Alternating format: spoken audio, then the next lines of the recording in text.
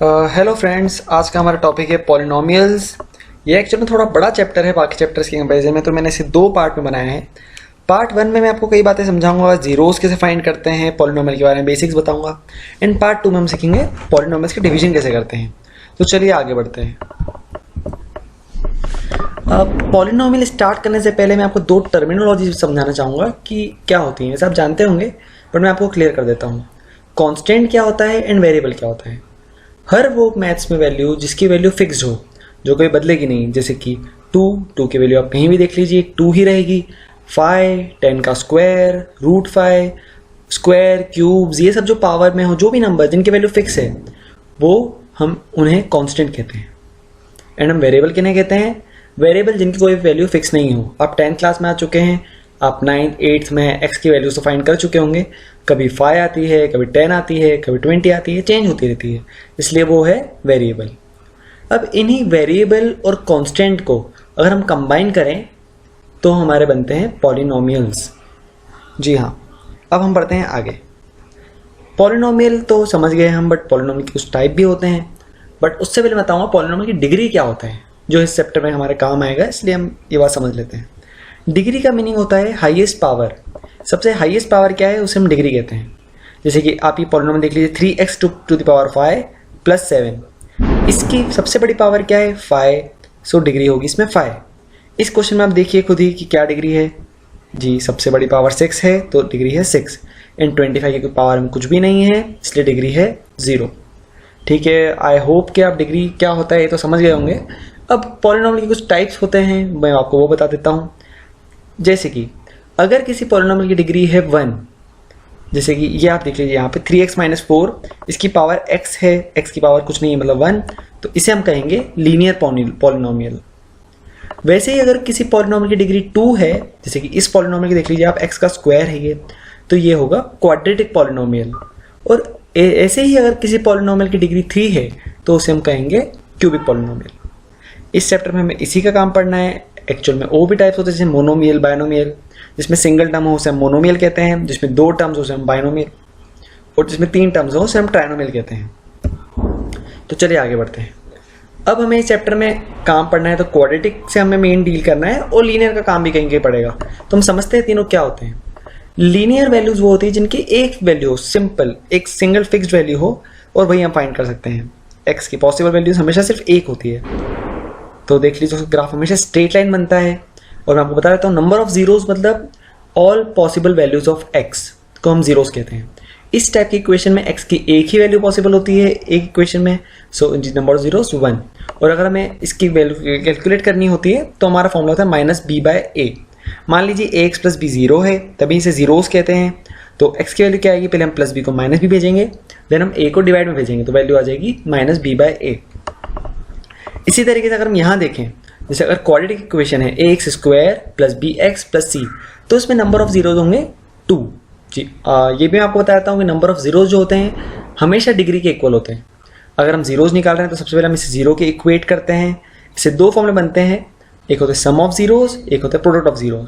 Zeros तो 2 आ गए, अब 2 जीरो को किससे डिनोट करना पड़ेगा ना, x से तो कर नहीं सकते, तो हम एक जीरो को कहेंगे अल्फा, एक को कहेंगे बीटा। दोनों जीरो जो आएंगे उनका सम हमेशा -b/a के इक्वल होगा। अभी b और a क्या है? b वो है जो x के साथ वाला कोफिशिएंट हो, नंबर हो, और a वो है जो स्क्वायर वाली टर्म के कोफिशिएंट हो, और c वो होता है जो सिंगल कांस्टेंट हो, अकेला हो। वैसे ही क्यूबिक पॉलिनोमियल भी होते हैं, इनके ग्राफ कुछ ऐसे बनते हैं, कर्व्ड। इनका भी देख लीजिए, इक्वेशन होती है ax³ + bx² + cx + d। इसके डिग्री 3 है तो इसके नंबर ऑफ जीरोज भी 3 होंगे। इसके जीरोज के भी क्वेश्चंस आते हैं एनसीईआरटी में, आप देख लीजिए। अगर 3 जीरोज हैं अल्फा, बीटा, गामा, तो तीनों का सम होगा -b/a, मतलब x² का कोफिशिएंट डिवाइडेड बाय x³ का कोफिशिएंट। एंड इनके जीरोज का प्रोडक्ट होगा अल्फा × बीटा × गामा का प्रोडक्ट होगा d/a, जिसमें d है अकेला कांस्टेंट और a है x³ का कोफिशिएंट। एंड थर्ड, इसमें एक वैल्यू और होती है। अगर मैं वैल्यू कैलकुलेट करना चाहूँ alpha beta + beta gamma + gamma alpha, तो ये होता है c/a, मतलब x का कोफिशिएंट डिवाइड बाय a का कोफिशिएंट। आई अंडरस्टैंड कि आपको ये अल्फा बीटा गामा जो है थोड़े टफ लग रहे होंगे, थोड़े कॉम्प्लिकेटेड लग रहे होंगे, बट आप ये समझ लीजिए ये सभी हैं एक्स की पॉसिबल वैल्यूज़, क्या क्या एक्स की वैल्यूज़ हो सकती हैं। अब इतना स्क्वायर है, क्यूब है, तो एक्स की एक वैल्यू तो पॉसिबल नहीं है, एक से ज़्यादा होती हैं। उन्हीं को हमने नाम दे दिया है अल्फ़ा, बीटा, गामा। बिल्कुल कन्फ्यूजन नहीं है, आप प्रैक्टिस करेंगे तो आपको ईजिली समझ में आ जाएगा। अब आगे बढ़ते हैं। सबसे पहले हम लीनियर पॉलिनोमियल का जीरो निकालना सीखते हैं, फिर हम समझेंगे इसकी वैल्यू निकालना सीखते हैं, उसके बाद हम क्वाड्रेटिक सीखेंगे और आगे बढ़ेंगे। मान लीजिए इक्वेशन है 5x + 7 = 47। इसमें मुझे x की वैल्यू कैलकुलेट करनी है। मैं +7 को उधर -7 भेज सकता हूँ, 47 - 7 40, एंड 5 को डिवाइड कर सकता हूँ, 40 / 5 8। जी हाँ, हमने लीनियर पॉलिनोमियल में x की वैल्यू फाइंड कर ली। बहुत बेसिक क्वेश्चन था ये। अब हम आते हैं क्वाड्रेटिक में। क्वाड्रेटिक में सिर्फ एक टर्म है जो आपको समझने की जरूरत है, जिससे क्वेश्चन आपके काफी इजी हो जाएंगे, और वो है, एक सेकेंड जी, और वो है स्प्लिटिंग द मिडिल टर्म। मान लीजिए एक क्वाड्रेटिक इक्वेशन है x² - 2x - 8, जिसे हम कहते हैं =0। इसके मैं possible values of x find करना चाहता हूं। इसके लिए हमें एक मेथड होती है स्प्लिटिंग द मिडिल टर्म, हमें उससे फाइंड करना होगा। अब वो कैसे करते हैं आइए जानते हैं। आप कभी भी पहले तो उसे डिसेंडिंग ऑर्डर में अरेंज कीजिए डिग्री वाइज, जैसे x² पहले आएगा, फिर 2x आएगा, फिर 8 आएगा। अब आप कॉर्नर वाले की कोफिशिएंट, मतलब x² का कोफिशिएंट और सिंगल कांस्टेंट, इनको मल्टीप्लाई कीजिए। देख लेते हैं यहाँ पे -8 × 1 क्या होता है, -8 होता है। अब हमें बीच में 2 को इस तरीके से सब्ट्रैक्ट करना है कि प्लस माइनस करने पे 2 आए, बट उन दोनों नंबर को इंटू करने पे -8 आए। आपको शुरू में इसी में थोड़ी प्रॉब्लम आएगी, बट आपको प्रैक्टिस करने से इजी समझ में आ जाएगी। जैसे मैं 2 को इस केस में लिख सकता हूँ 4 - 2। 4 - 2 होता तो 2 है, बट अगर मैं 4 को -2 से मल्टीप्लाई करूँ तो वो हो जाएगा -8। जी, अब मैं यहाँ 2 की जगह 4 - 2 से रिप्लेस कर देता हूँ, x² माइनस ब्रैकेट में 4 - 2 x - 8। अब मैं पहले ब्रैकेट ओपन करूंगा, ब्रैकेट के बाहर माइनस है तो अंदर के सारे साइन चेंज कर देगा। x² - 4x and minus plus होता है, सो +2x - 8। क्वेश्चन का मेन पार्ट हम सॉल्व कर चुके हैं। बस अब हमें शुरू के 2 से एक वैल्यू कॉमन लेनी है और बाद के 2 से एक वैल्यू कॉमन लेनी है। जैसे x² - 4x से x कॉमन आता है तो ब्रैकेट में बचेगा x - 4, एंड 2x - 4 में 2 कॉमन होता है क्योंकि 2 4 = 8, तो 2 कॉमन आएगा एंड ब्रैकेट में बचेगा x - 4। अब जो भी टर्म कॉमन आई है x - 4 उसे हम फिर से कॉमन ले लेंगे, बाहर कर लेंगे, एंड जो रिमेनिंग बचा x + 2 उसे हम अलग ब्रैकेट में लिखेंगे। जी, आप देख सकते हैं x + 2 एक ब्रैकेट में आया, एक ब्रैकेट में x - 4 आया। अब दोनों का प्रोडक्ट यहाँ पे आ रहा है 0, बट दो नंबर का प्रोडक्ट तो 0 हो ही नहीं सकता तब तक जब दोनों में से एक नंबर 0 ना हो। जैसे देख लीजिए, इन दोनों में से x + 2 यहाँ 0 होगा या x - 4 0 होगा, तो हम दोनों पॉसिबिलिटीज यहाँ पुट कर देते हैं। जब x + 2 0 होगा तो x की वैल्यू आएगी -2, एंड जब x - 4 0 होगा तो x की वैल्यू आएगी 4।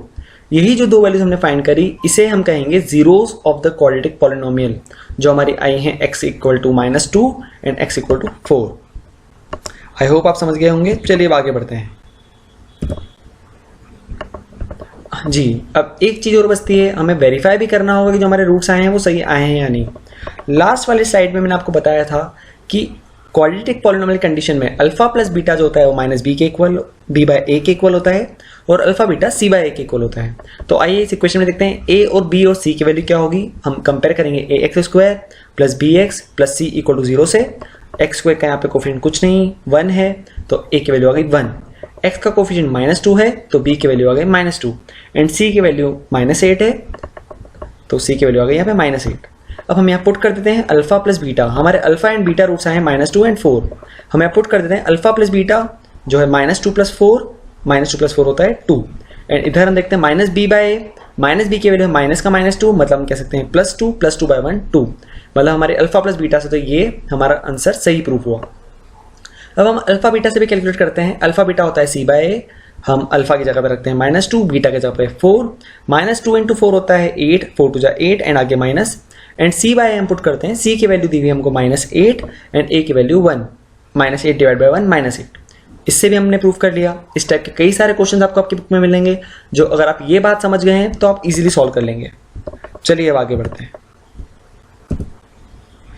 अब हम एक जीरोस मान लीजिए हमें दिए हों और हमें इक्वेशन फाइंड करनी हो, तो वो कैसे की जाए, वो समझाने से पहले मैं चाहूँगा कि आप सिंपल से एक इक्वेशन लर्न कर लें।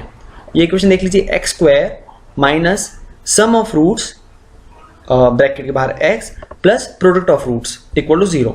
या कह सकते हैं x square minus alpha plus beta x plus alpha beta. अब आगे बढ़ते हैं। अगर आपको ये फॉर्मूला अच्छे से लर्न हो गया है, नहीं हुआ है तो आप पहले से अच्छे से लर्न कर लीजिए। अगला क्वेश्चन आपको बहुत ईजी लगेगा। क्वेश्चन पढ़ते हैं। Find the equation if sum of zeros is -8/3 and product of zeros is 4/3।